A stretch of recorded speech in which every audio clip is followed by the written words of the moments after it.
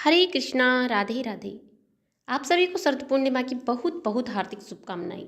शरद पूर्णिमा भगवान श्री हरि विष्णु की कथा जो भी कोई श्रद्धा और भाव के साथ में सुनता है, निश्चित ही भगवान श्री हरि विष्णु उनका कल्याण करते हैं। बोलिए श्री विष्णु भगवान की जय। बोलिए श्री लक्ष्मी रमणा की जय। तो सभी भक्तजन प्रेम पूर्वक कथा का श्रवण करें। बहुत पुराने समय की बात है कि श्री नारद मुनि नारायण नारायण करते हुए विष्णु लोक पहुँचे और श्री विष्णु भगवान की स्तुति वंदना भक्ति भावपूर्ण रूप से करने लगे। तब भगवान विष्णु प्रसन्न होकर प्रकट हुए और बोले, हे मुनि श्रेष्ठ, कैसे स्मरण किया? नारद मुनि बोले, नारायण नारायण नारायण प्रभु, आप तो अंतर्यामी हैं। हम क्या चाहते हैं आप तो जानते ही हैं। प्रभु मुस्कुराकर और बोले, हे मुनि श्रेष्ठ, आप ही वर्णन करें। नारद मुनि बोले, नारायण नारायण, हे प्रभु, जैसी आपकी आज्ञा। प्रभु, मैं मृत्युलोक से चला आ रहा हूँ, वह मानव की व्यथा देखी न गई। भगवान विष्णु बोले, आप क्यों दुखी हो रहे हो? यह सब कर्मों के फल हैं। नारद मुनि बोले, नारायण नारायण, हे प्रभु, वहाँ पर मानव बहुत दुखी है, आपको उनके कष्ट दूर करने ही होंगे।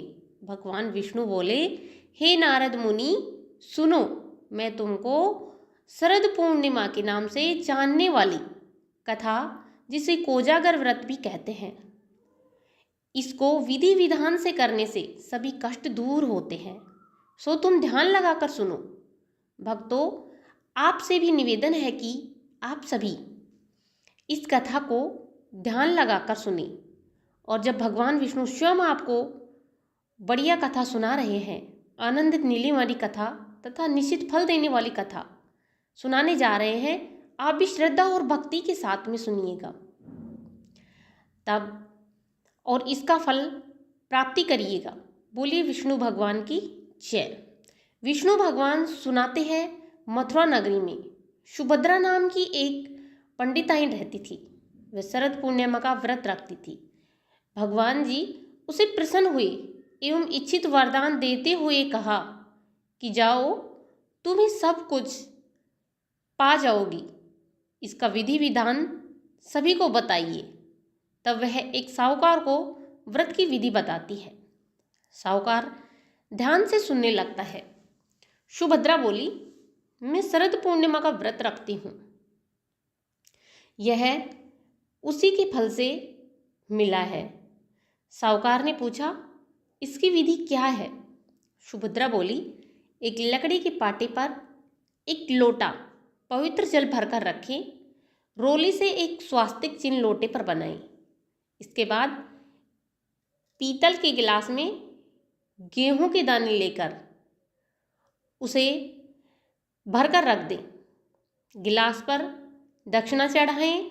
इसके बाद स्वयं तिलक लगाएं और इसके बाद 2.5 पाव शक्कर 2.5 पाव खोया दोनों मिलाकर 6 पेड़े बनाएं और इसके बाद पूजा कर एक पेड़ा प्रभु जी को चढ़ाएं, दूसरा पेड़ा स्वयं पतिदेव ग्रहण करें, तीसरा पेड़ा अपने मान भाज भांजी ननद बहन जो भी परिवार में है, सास ससुर, उन सभी को दे दिया जाए।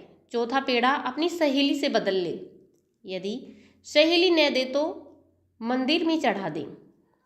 जो सहेली 6 माह व्रत रखे उसे ही पेड़ा दें। 5वां पेड़ा घर के सदस्यों में बांटें। 6ठे पेड़े के 6 भाग बनाएं। पहला भाग तुलसी जी को भोग चढ़ाएं, दूसरा भाग गौ माता को खिलाएं और तीसरा अहीर को और चौथा गर्भवती स्त्री को दे दें। 5वां राहगीर बालक को दे दें और 6ठा हिस्सा कुंवारी कन्या को खिलाएं। इस प्रकार 6 पेड़े वितरित करें। लोटे में रखे जल से चंद्रोदय के समय चंद्रमा को जल चढ़ाएं। सुभद्रा से सुनकर घर जाकर साहूकार ने अपनी पत्नी को शरद पूर्णिमा व्रत रखने के लिए कहा। उसकी पत्नी ने व्रत की विधि पूछी साहूकार ने व्रत की विधि समझाई। उसकी पत्नी ने व्रत की विधि समझी और व्रत करना शुरू कर दिया, जिसका फल यह मिला कि साहूकार के यहाँ 2 कन्याओं का जन्म हुआ। बड़ी का नाम शांवत्री और छोटी का नाम चंद्रमुखी रखा गया। दोनों पूजन कार्यों में रुचि रखती थी एवं प्रतिदिन पूजन करती थी। दोनों का ब्याह संपन्न घराने में कर दिया गया। दोनों बहनें शरद पूर्णिमा का व्रत रखती थी। शांवत्री विधि विधान से व्रत रखती थी, अतः उसे सुंदर संतान की प्राप्ति हुई।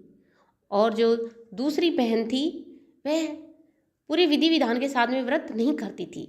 इसके विपरीत चंद्रमुखी अधूरा व्रत रखती थी, जिसके कारण यह फल हुआ कि उसके पुत्र कुछ दिन जीवित रहकर सुरक्षित हार जाते थे। इस कारण चंद्रमुखी दुखी रहती थी।